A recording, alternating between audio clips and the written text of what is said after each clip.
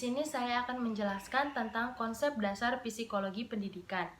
Psikologi pendidikan merupakan cabang dari psikologi, di mana kata psikologi berasal dari bahasa Yunani, yang kata fisik berarti jiwa dan logos yang berarti ilmu. Undang-Undang Nomor 20 Tahun 2003, pengertian pendidikan merupakan usaha sadar dan terencana untuk mewujudkan suasana belajar dan proses belajar agar peserta didik secara aktif mampu mengembangkan potensi dirinya untuk memiliki kekuatan spiritual, keagamaan, pengetahuan diri, kepribadian, kecerdasan, akhlak mulia, serta keterampilan yang diperlukan masyarakat bagi bangsa dan negaranya. Jadi, psikologi pendidikan adalah cabang dari ilmu psikologi yang mengkhususkan diri pada cara memahami pengajaran dan pembelajaran dalam lingkungan pendidikan. Psikologi pendidikan dapat dikatakan sebagai suatu ilmu karena telah memenuhi kriteria suatu ilmu. Yang pertama itu ada ontologis. Jadi, objek dalam psikologi pendidikan ini adalah perilaku-perilaku individu yang terlibat langsung maupun yang tidak terlibat langsung.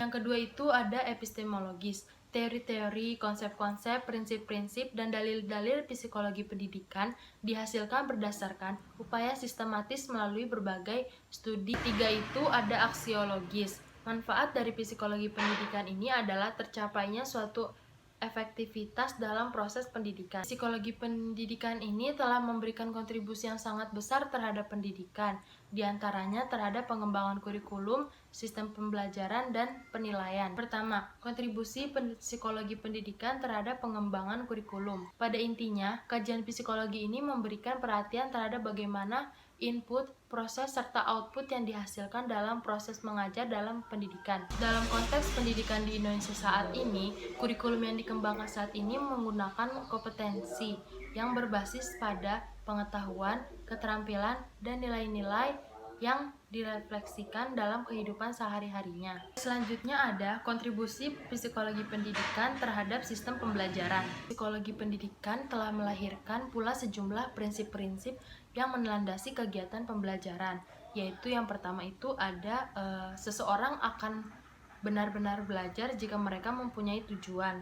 Yang kedua ada tujuan itu harus ada dari berhubungan dan kebutuhan hidupnya dalam pelaksanaan pendidikan. Yang ketiga itu ada orang itu harus bersedia mengalami bermacam-macam kesulitan dan berusaha dengan tekun untuk mencapai suatu tujuan yang berharga untuk dirinya sendiri. Yang keempat, belajar itu harus terbukti dari perubahan perilakunya. Materi selanjutnya yang terakhir itu ada kontribusi psikologi pendidikan terhadap sistem penilaian. Penilaian pendidikan merupakan salah satu aspek penting dalam pendidikan, di mana sistem penilaian ini berguna untuk mengetahui seberapa jauh seorang peserta didik mampu memahami materi-materi yang telah disampaikan dalam proses pembelajarannya. Contoh masalah yang bisa dilihat dari psikologi ini itu contohnya seperti seorang siswa yang dia memiliki kesulitan dalam menangkap materi yang disampaikan oleh guru. Jadi solusinya yaitu guru harus mampu melihat atau melakukan pendekatan terhadap siswa tersebut. Bisa contohnya seperti guru tersebut menanyakan keadaan siswa tersebut bagaimana, kenapa, dan mencari tahu kenapa si siswa ini mengalami kesulitan dalam proses belajarnya. Apakah ada masalah lain dalam dirinya atau bagaimana. Jadi pentingnya pendekatan antara guru dan siswa itu sangat penting, karena jika semakin dekat peserta didik dengan tenaga pendidiknya, maka nantinya akan semakin baik juga interaksi yang diperoleh.